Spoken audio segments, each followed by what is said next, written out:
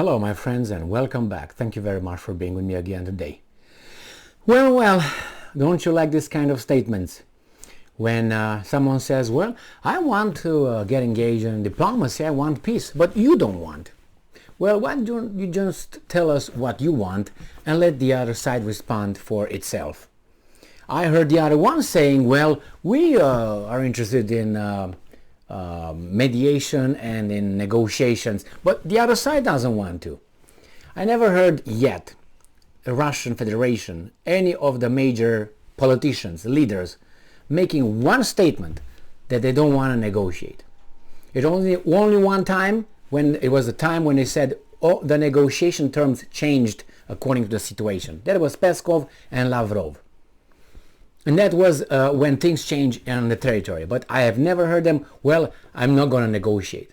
Another time, it was Peskov who said, we're focused right now on the battlefield, not on negotiation. This was the only times I heard anybody from that side, not saying, yeah, we're ready. They were always open, at least publicly. Now, I don't know what's behind. The same thing with these guys, the other side. Now, it's very interesting because this article comes from a Ukrainian news outlet, and the protagonist is none other than Antony Blinken, the US Secretary of State. He comes out, so he's like Lavrov, right, the foreign minister. He comes out and he says, we are ready to negotiate for a solution, but you don't want it.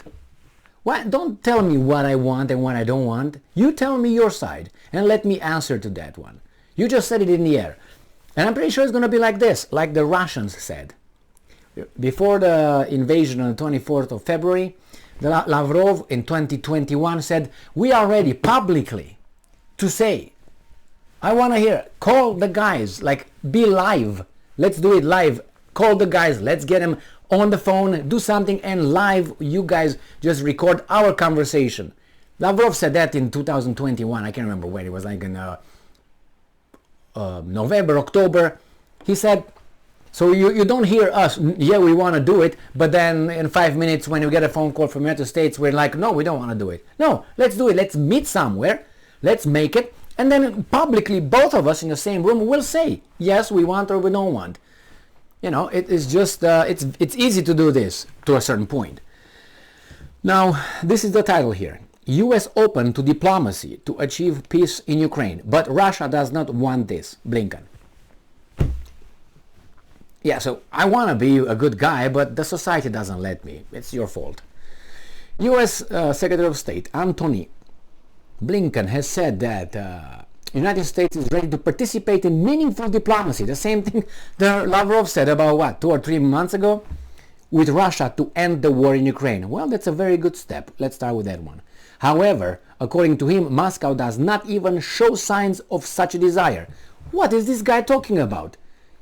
Should I send him all the statements that these guys made? Now you can say, well, that's disingenuous. That his statement is disingenuous. How can you prove it's genuine? It's the first time when I hear these guys saying, yeah, let's negotiate with the Russians. First time. They didn't want to negotiate before 2022. No, the Russians sent them, remember those written, hey, let's discuss this. They should be the framework. Tell us what we can discuss. Add your suggestions. The Americans did not even answer. Anyway, well, I hope these guys get together and talk. That's going to be the, at least talk. They don't have to disagree necessarily, I mean, it would be perfect if they would agree. But at least meet and talk. So Blinken said that U.S. would consider all means to advance diplomacy. Excellent. However, Russia does not show any signs of a desire to participate in meaningful diplomacy. Can you show me the signs? Like what? They're fighting the war over there? You say, let's talk. That's a different story. They can fight over there and we can negotiate. We don't have to stop everything and negotiate. That could happen over there in parallel. There's no problem with that. Actually, you're not involved, are you? Yeah, Blinken said that when it comes to ending the war through diplomatic efforts, it depends entirely on whether the Russian Federation reaches a point where it is really interested in ending the aggression it has unleashed. Yes, they told you when, they told you why they got in, remember? I know them, and I'm a guy from nowhere. You are the foreign secretary of state right there, right? Of United States, foreign minister or whatever. You know it better. They said clearly what they wanted before. Now you got them in, and this is where we are at. Pick your shit, go and talk with the guys, and put some things forward like you had to put. You had to put to make these things in before February 24th, but you didn't. I hold them accountable for that, responsible for that. They didn't even want to talk. Remember when the Russians said, well, we want to discuss the law, how is that, a legal bound document that would guarantee our security when Ukraine will have certain points. Let's discuss that. No, we're not going to discuss that.